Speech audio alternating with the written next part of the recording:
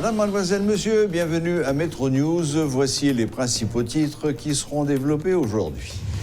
Début des consultations avec des membres des blocs parlementaires autour de la formation du nouveau gouvernement, selon l'un des conseillers du chef de l'État, Jude Charles Faustin. Le président et les parlementaires seraient parvenus à un accord. Le quartier général du chef de gang, Arnel Joseph, a été incendié ce mardi après une opération policière qui visait à déloger les membres de son gang installé à Poste-Pierrot.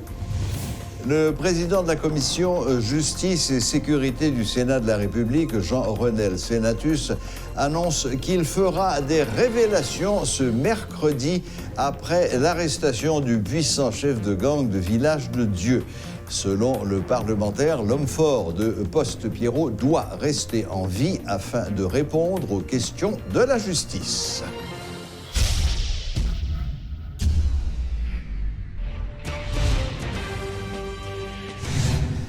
Les autorités policières ont poursuivi ce mardi l'opération ayant permis la capture du chef de gang de Village de Dieu et Marchand des Salines, Arnel Joseph.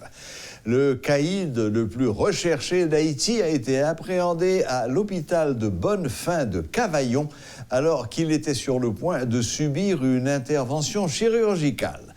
Le porte-parole de la police, Michel-Ange Louis-Jeune, a expliqué à Radio Métropole que l'opération était en cours ce matin. Il s'agissait pour les policiers de la police administrative et d'autres unités spécialisées de retrouver certains complices de M. Joseph. Blessé au pied par un projectile, le chef de gang a pu quitter son repère à Marchand-des-Salines et rejoindre Cavaillon dans le sud. M. Joseph, recherché par toutes les unités de la PNH, a pu traverser 4 départements sans encombre. Sur un autre front, dans l'Artibonite, les forces de l'ordre s'évertuaient à lancer une opération contre le gang d'Arnel replié à base Pierrot. Les images et vidéos de la première séance de questionnement de M. Joseph ont été diffusées sur les réseaux sociaux après son arrestation. Arnel Joseph aurait demandé aux policiers de le tuer. Il avait à maintes reprises passé en dérision les opérations des forces de l'ordre visant à le capturer. Le chef de gang le plus recherché du pays, arrêté dans un hôpital à Cavaillon, a été transféré ce mardi à Port-au-Prince où il devrait être interrogé. Arnel ne doit pas mourir, il doit rester en vie pour répondre aux questions de la justice. C'est le souhait exprimé par le président de la commission Justice et Sécurité du Sénat de la République qui salue l'arrestation du puissant chef de gang de Village de Dieu. Jean-Renel Senatus, qui adresse ses félicitations aux policiers, invite la PNH à poursuivre son enquête afin de procéder à l'arrestation des collaborateurs, complices et autres alliés du caïd de Poste-Pierrot dans l'Artibonite. Et sur ce même dossier, des révélations fracassantes seront faites demain, mercredi, au tribunal de première instance de Port-au-Prince, annonce l'élu de l'Ouest qui a rencontré la presse ce mardi. Arnel, c'est un petit bout de couteau qui en dans une cuisine un restaurant que en pile monde utilisé. Gen moun qui utilise petit bout de couteau ça pour couper viande, gen l'autre qui utilise couteau pour couper légumes. Gen moun qui vient entrer dans restaurant qui chita k'ap manger, gen moun qui servi yo et gen moun qui laver assiette yo. Faut journée jodi a la police, la plus particulièrement DCPJ, a cherché connaître qui est-ce qui met petit bout de couteau ça.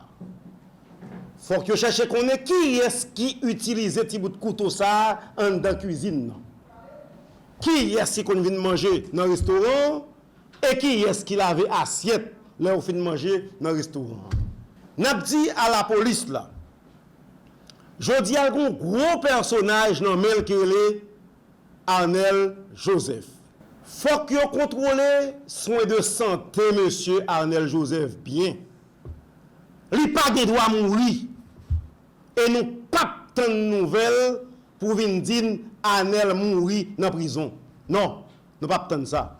Nous était en santé, il a blague hier soir, il parle là, on n'a pas arrêté lui. Ça veut dire en santé. Dégagez-nous pour nous mettre bon médecin sous lui, pour bailler Arnel bon soin que l'État demandé. Faut que nous contrôlions la visite que Arnel a recevoir. Parce que il y a des gens qui ont contaminé, qui tout pour poison sous yo. Nous pas de droit perdu vie Arnel Joseph. C'est important. Faut que les vivants, toute même commission dit, faut que Arnel vivant pour répondre aux questions la justice. Par conséquent, nous devons dégager pour nous kembel vivant. Si place n'a fait pour l'IA, ce n'est pas place tout le monde doit connaître. C'est une place spéciale qu'elle doit y. Et il faut que nous traitions comme monde pour nous mener devant la justice pour la répondre aux questions qu'elle doit répondre. À l'autorité de la justice, m'a dit dans nos commissions que Dieu nous braquer sous la justice haïtienne. Pour nous un juge ça qui pral gen pantalon ou bien jupe li nan taille qui pral dit mot que société a attend qui c'est mot droit. Nous voulons comprendre que juge ça pas pral prendre dicté dans mes grâce autorité ou du moins moun qui gen gros business dans pays a tout ka financer gang. Nous pas doit prendre dicté dans men yo. Gen pile connexité entre arrestation Arnel hier soir et ça qui a passé dans la Saline, ça qui a passé dans la Tibonite, ça qui a passé dans Grand Ravine, ça qui a passé dans Léogane, côté en pile moun te kidnappé. Il y a gros nèg qui pral répondre question de moun que Arnel t'a kidnappé. Le chef de l'État et les leaders du Parlement sont parvenus à un consensus ayant permis la nomination du Premier ministre Fritz William Michel. Monsieur Jude Charles Faustin, conseiller du chef de l'État, a révélé que le président a eu d'intenses consultations avec les membres des blocs parlementaires autour de la formation du nouveau gouvernement. Les négociations se sont intensifiées dans les 72 heures ayant précédé la démission de Jean-Michel Lapin. Monsieur Faustin a précisé que les parlementaires de l'opposition radicale n'avaient pas pris part aux séances de travail. On ne peut les contraindre, a-t-il dit, faisant valoir que le président Moïse reste ouvert au dialogue. Le consensus entre l'exécutif et le législatif devrait faciliter la tâche en ce qui a trait à la ratification de la déclaration de politique générale du Premier ministre.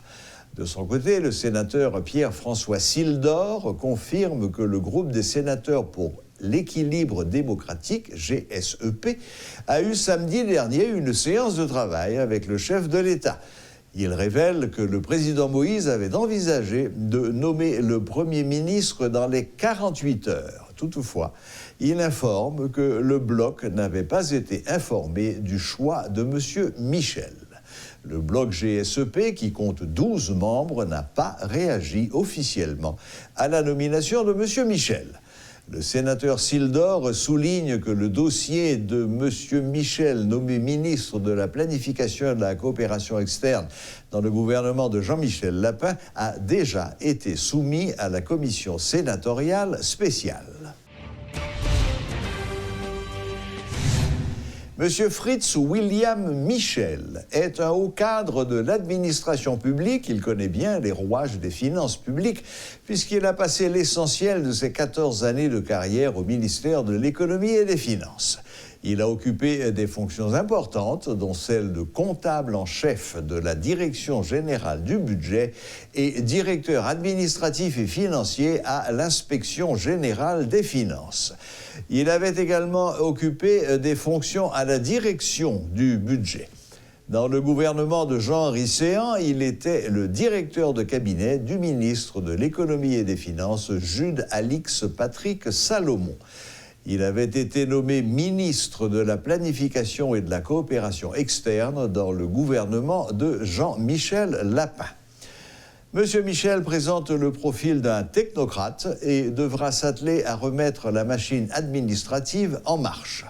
Le vote d'un budget, les négociations avec le Fonds monétaire international, FMI, pour l'obtention d'un prêt, et le vote de l'accord de prêt de Taïwan relatif à l'énergie électrique seront les priorités du Premier ministre. Les députés de l'opposition n'accordent aucune importance à la nomination de Fritz William Michel comme nouveau Premier ministre. D'ailleurs, la formation d'un gouvernement ne résoudra pas les problèmes auxquels le pays est confronté, ont-ils déclaré lors d'une rencontre avec la presse ce mardi. Les opposants à la Chambre basse s'accrochent plutôt à la demande de mise en accusation du président Jovenel Moïse, initiée depuis février dernier. Il n'y aura pas de séance de ratification sans la séance de mise en accusation du chef de l'État, déclarent les députés de l'opposition, critiquant en passant l'attitude du président Garibaldo dans cette affaire. Suivez tour à tour les explications des députés Abel Descollines et Joseph Manès-Louis. Nous dit c'est en forme de chantage, c'est chicanière, c'est une façon pour manipuler l'opinion, c'est une façon pour détourner attention population, hein, puisque ça yo voulait faire à travers mise en place un gouvernement, nous avons la certitude, nous avons la conviction, c'est pas lui-même qui pourra changer situation peuple, hein. C'est pas lui-même qui pourra faire vraiment yo payer moun qui pas qu'à toucher. Puisque ce n'est pas véritable préoccupation pouvoir. Parce que pendant que de moun pas qu'à toucher de l'administration publique, là, vous n'êtes pas sans savoir, vous débloqué des millions, les vous voulez, pour vous régler ça vous voulez, dans intérêt pas yo. Nous autres, au niveau de l'opposition institutionnelle, nous dit ça qui préalable à formation en gouvernement au niveau de la Chambre des députés, c'est le dossier de la mise en accusation. La vérité, c'est que nous avons un président au niveau de la Chambre des députés, en la personne de M. Garibaldo, qui représentait un obstacle à la démocratie parlementaire et à la démocratie tout court. Seule option, collègue Garibaldo gagne comme président de la Chambre, c'est pour l'inscrire dans la logique mise en accusation, pour le fixer en date, et date ça a consacré pour nous débattre de la mise en accusation que nous-mêmes nous avons déposée il y a 3 mois de cela contre Jovenel Moïse pour crime de haute trahison. Donc nous-mêmes, nous ne sommes pas dans la logique gouvernement. Nous ne sommes pas dans la logique Premier ministre William Michel. Et nous-mêmes, nous toujours dit déjà, nous ne pas croire dans un changement de gouvernement. Nous croyons dans un changement de système politique. Nous avons exigé la réalisation du procès de Petro-Caribé. Nous attendons un gouvernement, eh bien, qu'a fait lorsque Jovenel Moïse finalé, qui va réaliser maintenant le massacre le procès de massacre de la Saline, le procès de Petro-Caribé, c'est ça qu'on attend nous-mêmes. Donc, par contre, dans qui porte, collègue Garibaldo président va le passer pour la réaliser en telle séance pour le pencher sous la déclaration de politique générale d'un tel Premier ministre. Des organisations proches du pouvoir saluent la décision du président de la République de doter le pays d'un Premier ministre. Face à la situation socio-économique difficile du pays, le mouvement des organisations populaires pour une nouvelle alternative, MOPAN, et le mouvement Aïbobo pour Haïti, MAPA, demandent au prochain chef de la primature d'insérer les revendications populaires dans son agenda politique. Le dossier Petro-Caribé doit être en haut de la liste des priorités du prochain gouvernement, a déclaré Josué Gironet, porte-parole de MOPAN. Un gouvernement consensus, un gouvernement d'ouverture qui prend pour mission combattre l'insécurité sous toute forme dans le pays. Bataille contre la corruption qui a brassé la société. Faciliter le procès Petro-Caribé fait. créer un programme apaisement social avant l'école la l'ouvrir pour permettre malheureux, malheureuses qui fait face à la misère, grand goût, chômage sous toute forme. N'a lancé un message by tout groupe parlementaire qui pensait bagay yo ap vin même gens dans séance pour craser séance dans fait millions yo. N'a dit moun sa yo fait preuve de sagesse, de probité intellectuelle, de sens responsabilité pour yo doter pays à un gouvernement sans perdre du temps.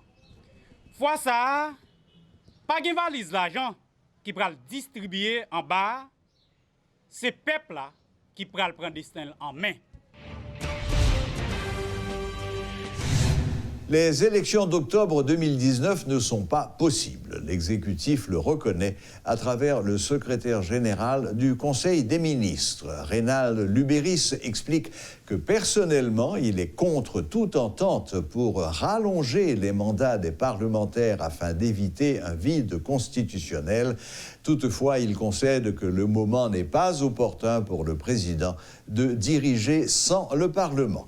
Il préconise donc la tenue d'élections en décembre pour contrer la situation chaotique qui se profile à l'horizon. Suppose qu'il y a une élection, mais elle est difficile à ça. Et parce que l'élection est un processus technique, etc.